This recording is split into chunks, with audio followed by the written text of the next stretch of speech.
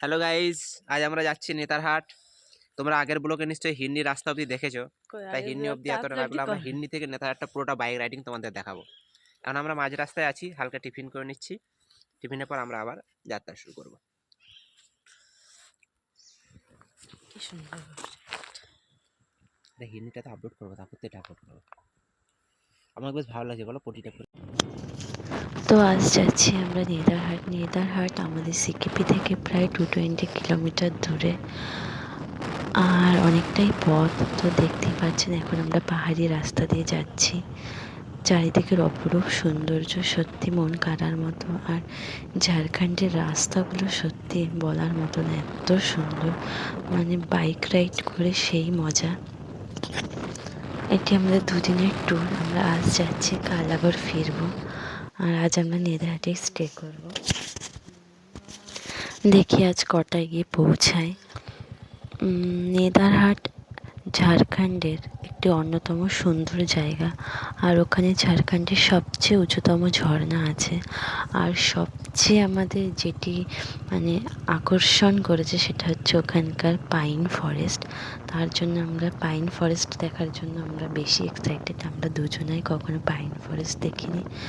অনেকটাই রাস্তা, কিন্তু এই চারিদিকে সৌন্দর্য দেখতে দেখতে মনে হয় না অতটা দূর মনে হবে। আর নেতারহাট শুধু একটি সুন্দরতম জায়গাই নয়, এটি একটি ঐতিহাসিকপূর্ণ জায়গাও। এখানে অনেক হিস্ট্রি আছে। এখন আমরা মাঝ রাস্তায় দাঁড়িয়েছি। এখন আমাদের খুব খিদে পেয়ে গেছে, আমরা খাবার নিয়ে এসেছি সাথে, তার একটু অল্প খেয়ে নেব, তারপর আমরা আবার পরের জার্নিটা করব। একটা একটা নামো। চল খেয়ে নে।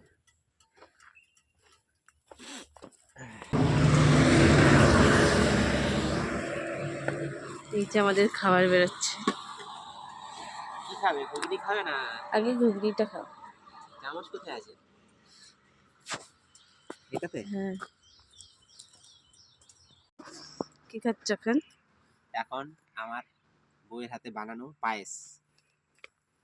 তুমি খা। কেমন লাগছে রোদের মধ্যে দাঁড়িয়ে খেতে? সে ভদ্র করে খাও, জানে কি করে খাও তুমি, শুধু পরে আমাদের লেগেছে তো পড়বে কেন? দারুণ খেতে লাগে। ভালো হয়েছে পায়েসটা। এলাচ আছে, তারপর গুড়ের পায়েস। গুড়ের? হ্যাঁ। খাওয়া দাওয়ার পর আবার আমাদের যাত্রা শুরু হয়ে গেছে। এই যে এই দিকটা হিরনি ওয়াটারফলসের রাস্তা। আর এখন আমরা চলে যাচ্ছি রাঁচির দিকে।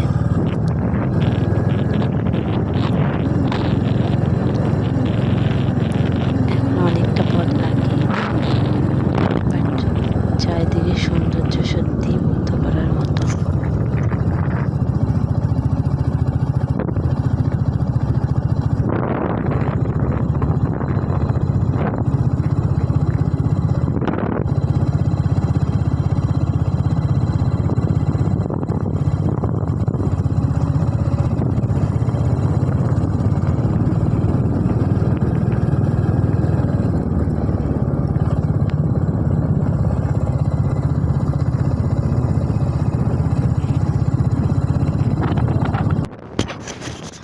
আমরা একটা শর্টকাট নিয়েছি, গুগলে দেখাচ্ছিল এখান থেকে গেলে একটু সময় কম লাগবে, কিন্তু আপনারা যদি আসেন তাহলে শর্টকাট নেবেন না, মেন রাস্তা দিয়েই যাবেন।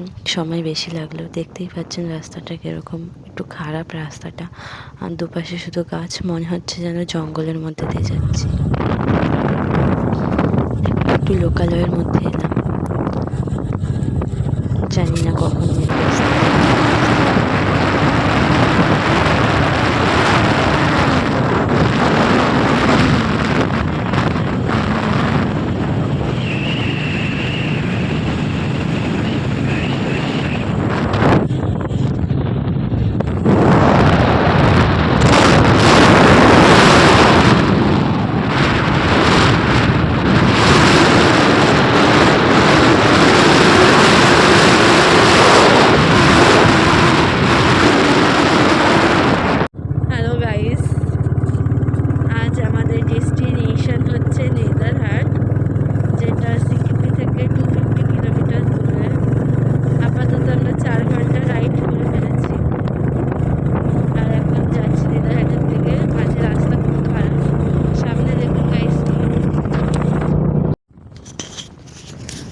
দেখতেই পাচ্ছেন দুপাশে শুধু জমি আর জমি, কোনো বাড়িঘর নেই আর ফাঁকা রাস্তা, লোকজনও নেই।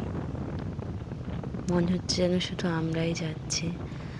আপনারা যদি এখানে বাইক যান তাহলে অবশ্যই চেষ্টা করবেন হচ্ছে সাথে কিছু খাবার ক্যারি করা যতটা সম্ভব, কারণ দেখতেই পাচ্ছেন এখানে আশেপাশে কোনো খাবারের দোকান নেই বা পেট্রোল পাম্পও নেই। তো সেই বুঝেই যাবেন, কারণ এখানে কিছু হয়ে গেলে সত্যি খুবই সমস্যায় পড়তে হবে।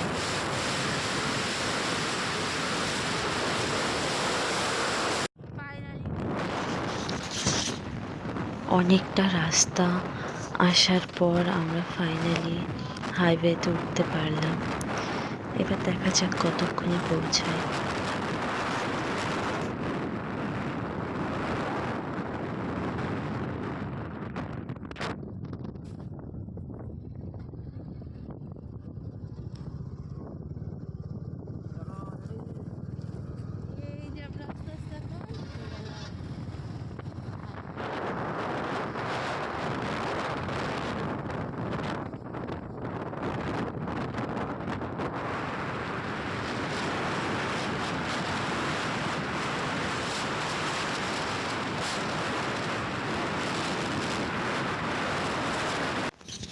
ফাইনালি এত রাস্তা আসার পর নেদারহাট লেখাটা দেখতে পেলাম না।